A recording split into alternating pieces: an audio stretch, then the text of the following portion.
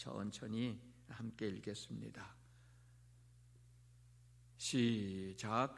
내 하나님 여호와께서 이 여러 민족을 멸절하시고 내 하나님 여호와께서 그 땅을 내게 주심으로 내가 그것을 받고 그들의 성읍과 가옥에 거주할 때에 내 하나님 여호와께서 내게 기업으로 주신 땅 가운데에서 새 성읍을 너를 위하여 구별하고 내 하나님 여호와께서 내게 기업으로 주시는 땅 전체를 새 구역으로 나누어 길을 닫고 모든 살인자를 그 성읍으로 도피하게 하라. 아멘. 오늘 또 새벽을 깨우시고 하나님 앞에 있는 여러분 모두에게 하나님의 은혜가 함께 하셔서 오늘 하루의 삶도 귀하게 복되게 아름답게 추스려 나갈 수 있기를 주님의 이름으로 축복합니다. 날씨가 많이 추워졌죠.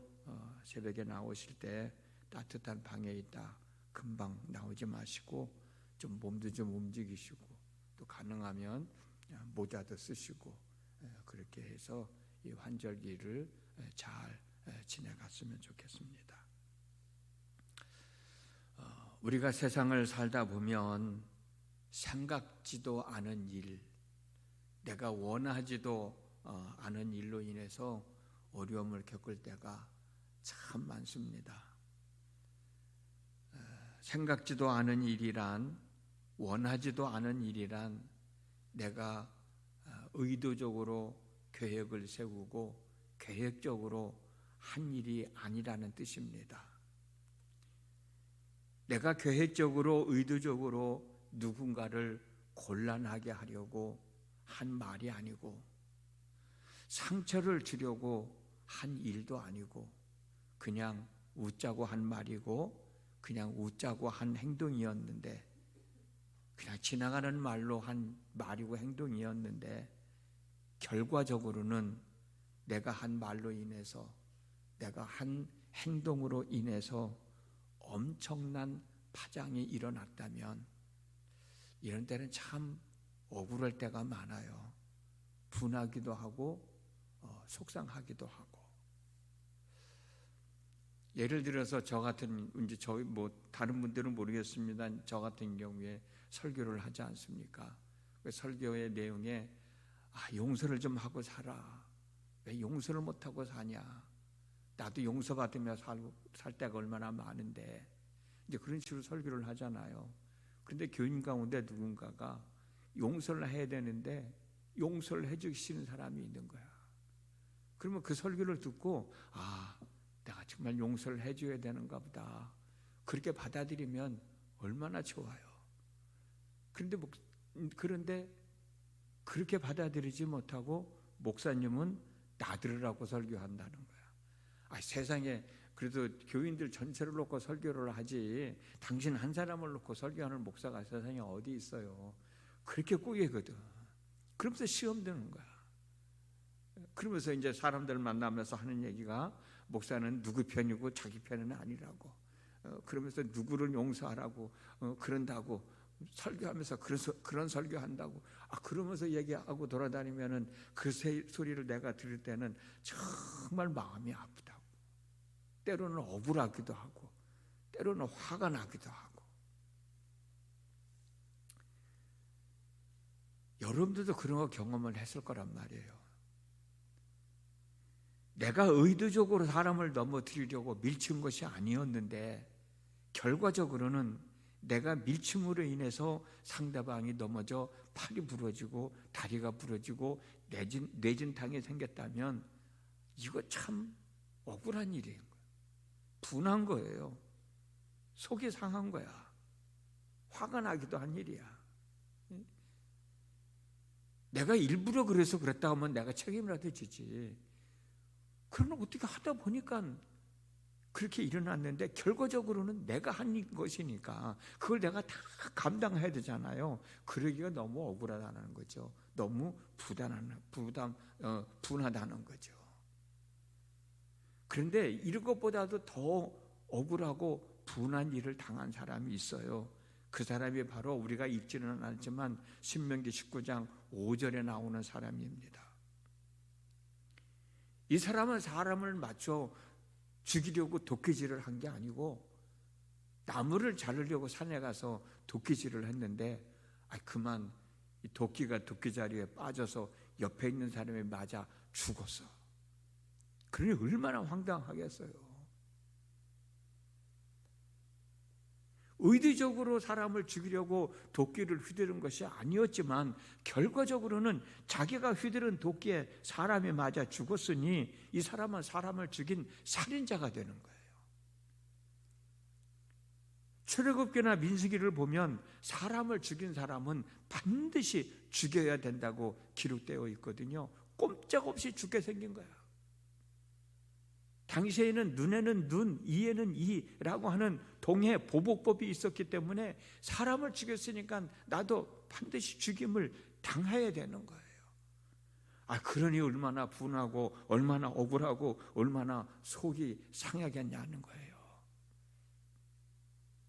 그런데 하나님께서는 이런 사람들을 구제하는 방법을 만드셨어요. 그게 뭐냐면 도피성입니다. 신명기 19장 4절에서 5절, 우리는 3절밖에 있지 않았는데 4절 5절 말씀을 읽어드리겠습니다.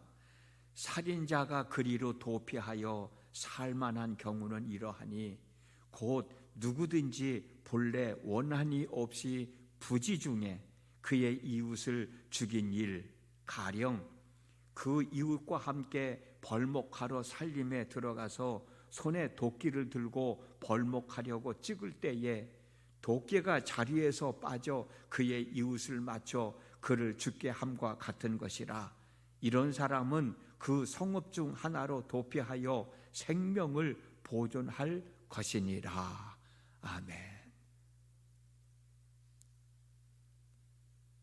우리가 읽은 본문에는 자세히 나오지 않았지만은 도피성은 가나안 땅 도편의 3개, 서편의 3개, 총 6개를 만들어 줬어요.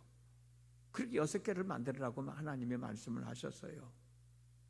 누구를 위하여 만들어졌냐면 부지 중에 사람을 죽인 사람을 위하여 만들었습니다. 본문에서 나왔던 아까 읽어드렸던 말씀처럼 산에 가서 나무 자르려고 도끼질을 하는데 그만 도끼가 빠져가지고 옆에 있는 사람에 맞아서 죽었으니까 의도적으로 죽인 게 아니잖아요. 어떻게 하다 보니까 사람을 죽인 살인자가 됐잖아요.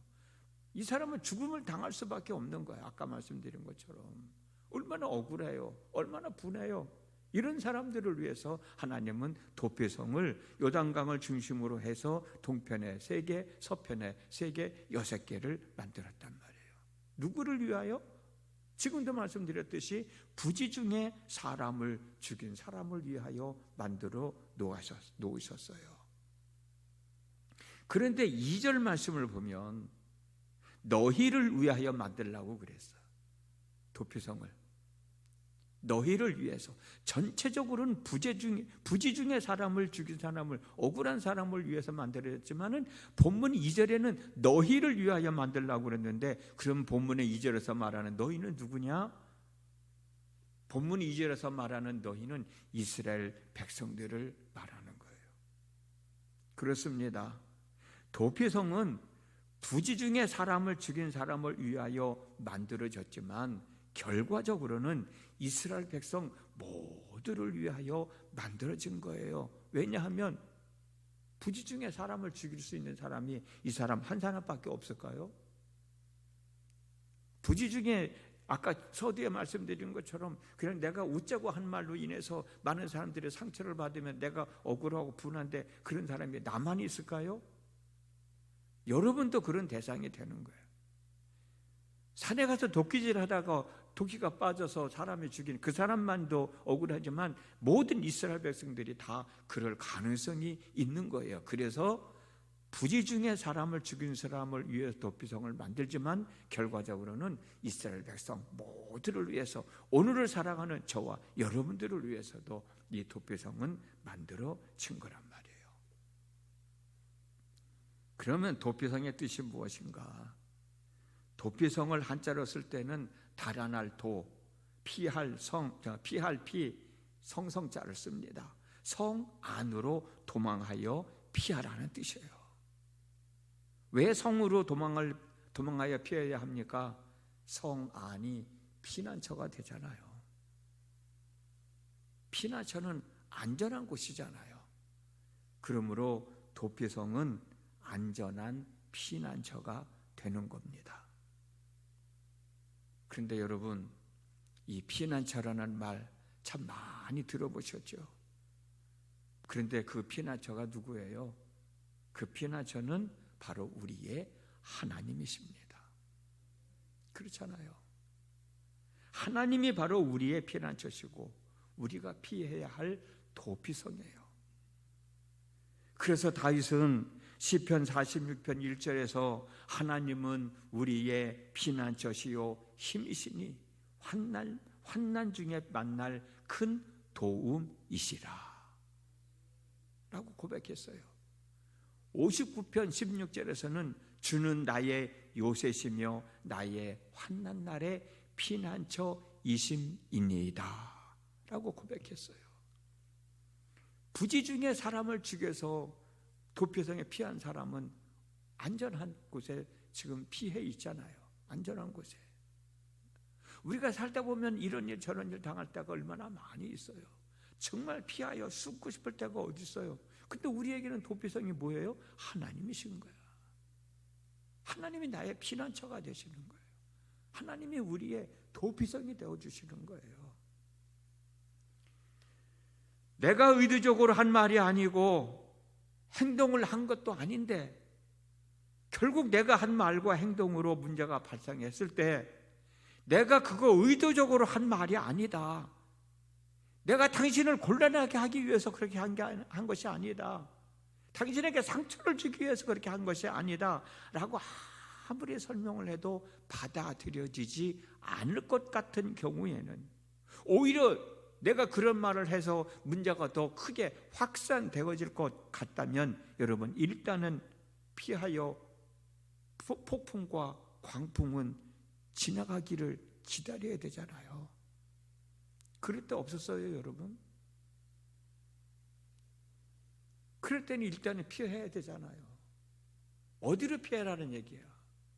피난처신 하나님에게로 피해라는 거예요. 당시에 이스라엘 가나안 땅에 살고 있던 이스라엘 백성들은 도피성으로 피해야 됐지만 오늘을 살아가는 우리들에는 하나님에게로 일단 피하라는 거예요. 그래서 다윗은 시편 55편 8절에 내가 나의 피난처로 속히 가서 폭풍과 광풍을 피하리라. 다윗은 그랬단 말이에요. 일단은 하나님께 가서 피하고 보자. 왜? 하나님은 우리의 피난처가 되시니까. 피하기를 머뭇거리는 사람들을 향해서 백성들아 시시로 그를 의지하고 그의 앞에 마음을 토하라. 하나님은 우리의 피난처시로다. 억울해하지 말고 괴로워하지 말고 속상해하지 말고 피난처가 되시는 하나님께 고백하라고 시편 62편 8절에서 권면하고 있습니다. 도피성은 요단강을 중심으로 서편과 동편에 3개씩 6개가 만들어졌다고 말씀드렸어요. 왜 6개를 세우셨을까? 언제 어디서든지 내가 위험한 상황에 처하면 재빨리 피할 수 있게 하기 위해서 동편의 3개, 서편의 3개를 하나님을 만들어 놓으신 거예요. 마찬가지로 우리 하나님은 늘 우리 곁에서 우리와 함께하고 계십니다. 우리 곁에 계신 하나님을 찾으라는 거예요. 우리 곁에 계신 하나님에게 가서 여러분 뭐라고 얘기를 할 거예요? 바울은 빌립보서 4장 6절과 7절에서 이렇게 얘기합니다. 아무것도 염려하지 말고 오직 모든 일에 기도와 간구로 여러분들이 구할 것을 감사함으로 하나님께 아뢰십시오. 그리하면 모든 지각에 뛰어난 하나님의 평강이 그리스도 예수 안에서 여러분들의 마음과 생각을 지켜 주실 것입니다. 여러분들의 억울한 마음, 여러분들의 분한 마음, 하나님 이거 어떻게 해결해야 돼요? 라고 하는 마음들을 다 아시고 헤쳐나갈 수 있는 마음과 생각과 지혜와 명철과 능력을 주신다는 거예요. 우리는 오늘도 하루를 살아갑니다. 오늘 하루를 살아가면서 어떤 일이 일어날지 모르잖아요. 우리가 원하지 않는 일이 일어난다 할지라도 억울해하고 분해하고 속상해할 것이 아니라 그냥 소리를 높여서 싸울 것이 아니라 내 억울함을 호소할 것이 아니라 일단은 우리의 피난처가 되시는 하나님을 찾아 마음을 열어놓음으로써 하나님이 주시는 평안함, 하나님이 주시는 지혜로 모든 삶의 문제들을 하나하나 해결해 나가면서 살아가는 오늘 한날의 삶이 되어질 수 있기를 주님의 이름으로 축복합니다. 기도하겠습니다. 살다 보면 내가 한 말, 내가 한 행동으로 인해서 억울하고 분한 일을 당할 때도 있습니다. 그럴 때 우리는 그걸 좀 해결해 보려고 더 목소리를 크게 하면서 혈기를 부리면서 서로 상처를 주고 나도 상처를 받을 때가 참 많이 있는데 하나님은 억울한 일을 당한 사람, 의도적으로 사람을 죽인 것이 아니라 어떻게 하다 보다 사람을 죽였으니 얼마나 억울하고 분하겠어요. 속상하겠어요. 그 사람들을 위해서 6개의 도피성을 만들어 놓고 일단은 거기 가서 피하고 내 생명을 유지하라고 말씀해 주셨습니다. 오늘도 우리가 어찌해야 할 바를 몰라 당황해야 할 때가 얼마나 많이 있는가. 그럴 때 주저하지 말고 우리의 피난처가 되시는 하나님께 피할 수 있는 저희들 믿음이 되어지게 하여 주시기를 원합니다.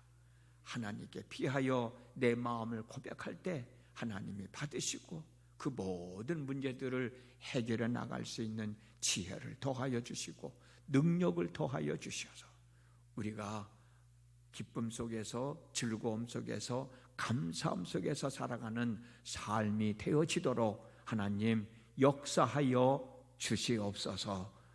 예수님의 이름으로 기도드렸습니다. 아멘.